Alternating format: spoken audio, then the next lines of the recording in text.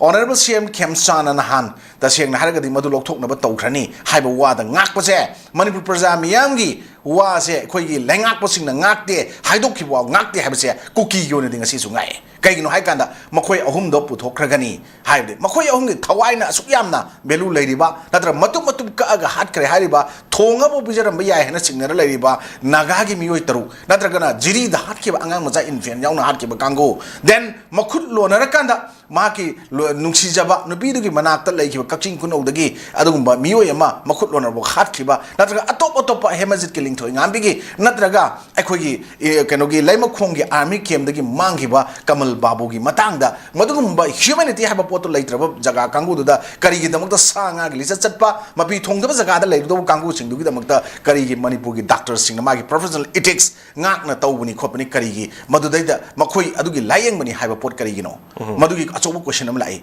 adu bata gadi makhoi gi jaga da so sampur da natraga more gi jaga da kambopi gi jaga da morbung jaga da kuki na ngamna pan leiba jaga sing duda aikhoina ngasi changu matamda makhoi aikoi gi thawai hingna tharakadra haiba achobu question am lai asigi pot mayam sing sigi marakta praja sing sina ngasi di khoisau na praja sing na sauraga ngasi leibado ngasi aikhoina madu viral makchatraga su min uho pot lei ngarang makta protester mayam lakpagi namada lambi da gari thropok da chaina tana dana pera security forces sing na kanba wari sanana ba manipur police no honari ngaida makhoi gi paramilitary forces sing marakta gi tag smoke gom adum mayam ama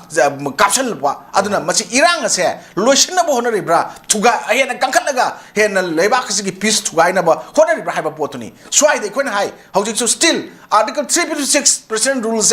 proclamation nama Draupadi Mumuna President of Indiana under Article 356 clause to the proclamation nama to kanda madugi poto block to a and haiba targasu still Article 355 hana ekoi lady ba 356 ki mamang da conjunctional period thamba adugi poto still lady have a lalo have wafam ma ngasi de koin u phange maramdi madu de kai Article 355 emergency ki provision Article 353 360 boke manung lay manung da amaka yauri kari no 355 lay ba taragadi 356 tadi government dissolve to ba munba percent room tarba suspension tamba potuna oibani mungibani som da 355 tadi madu nate when a state Madugi state to fail or in its administrative process, Madugi Potul Oibatagri is set the duty to union to protect a state and a Yaubunina state.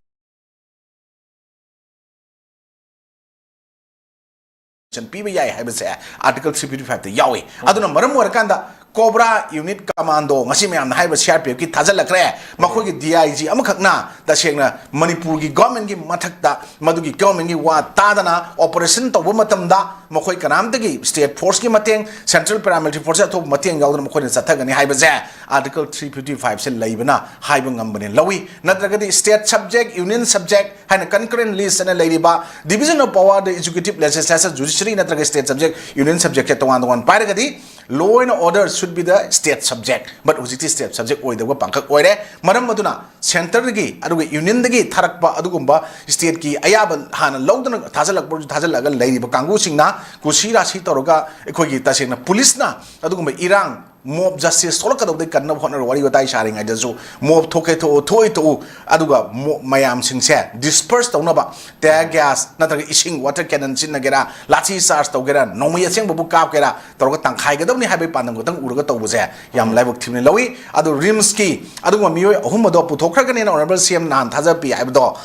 ngarang ahing nong yaida puthokre hena torga Cobra gi commando gi gari ne to watching duna bulletproof to na mamang da manga to thobu ui ambulance na marak to chappaga madugi maning da mayam ama bulletproof me army me inerga chat pase machine mayek seng na tae madugi kuki ahum duna manipur gi leiriba lak kunthra manga hingminari basida ekoi proof kangu atopa mayam gi thawai da gi kuki sing gi thawai ni hena lumna lei haiba je swai da koina praja mayam hai je laloren khali aduna ta seng na haiba targa di government na ngak pase kuki puthokrang ne ha thawai kan bai ngak padum di chumme aduna makoigi responsibility moral ground laitrabane thado o haina ngasi di ekoigi the great jun am writing gi the sengna makoigi committee kanguna ngasi di makoi resign to godabani haiba pot ngasi khoi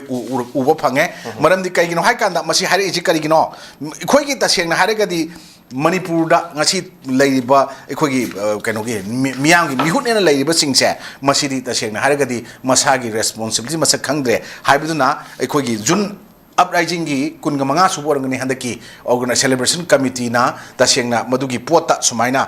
pham thado o loimak resign toro habi pota ma lai se masina ne na lowi aduna tasengna harega di sumba potsida ekoi manipur gi tasengna politics Hyper pot high is the art of possible in a high do.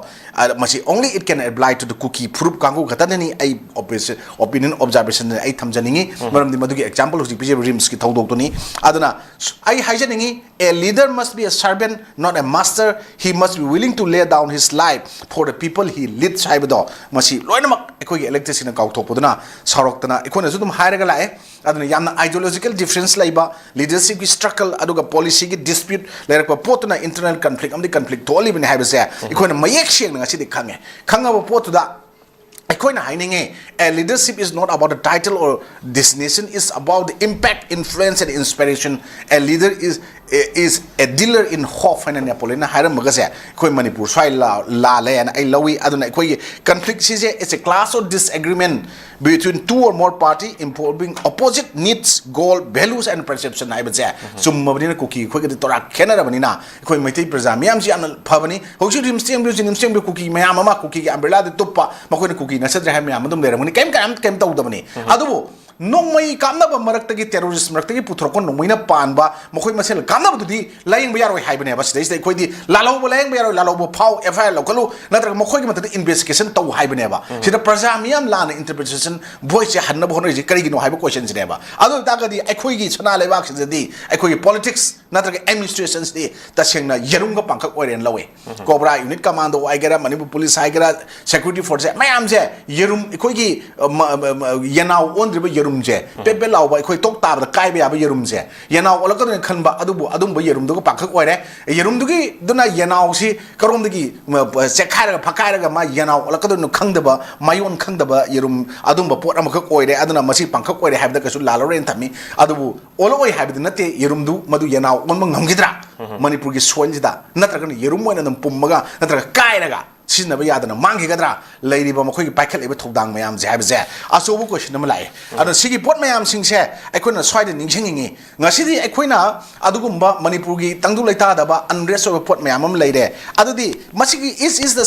this the sign of a good governance? Madudi Oidre, Karigino Haikanda. Ikoi huzik Manipur da tangdu laita da pot se ikoi taseng na masigi pot mayam singda koki gi asoba bukhalaga rims irang tholi pot se amani aduga rims irang tholi bejing mathak da rims hospital lying basing se kana no haibasi government na haipam to ena kokomina hariba pot se ikoi prajamiam na support to bom to e kai gi no haikanda ikoi masai ningjing si ikoi karam makanda ikoi gi manipur gi ngasi irang se mai hena sugot ki manung da makoi na plan toroga ticket kon laga su haibasi ikoi na 16 February 2023 da ikoi gi state cabinet na madugi mokoi phamgi ba mi phama mukha 81 2023 February gi trani bana phamgi ba matung ina ikoi gi constitute to ki karino cabinet sub committee ama aduda kana yauki Sri Let Pau Haukip matamdugi minister tribal affairs hills horticulture soil conservation government manipur chairperson oina adagi amuk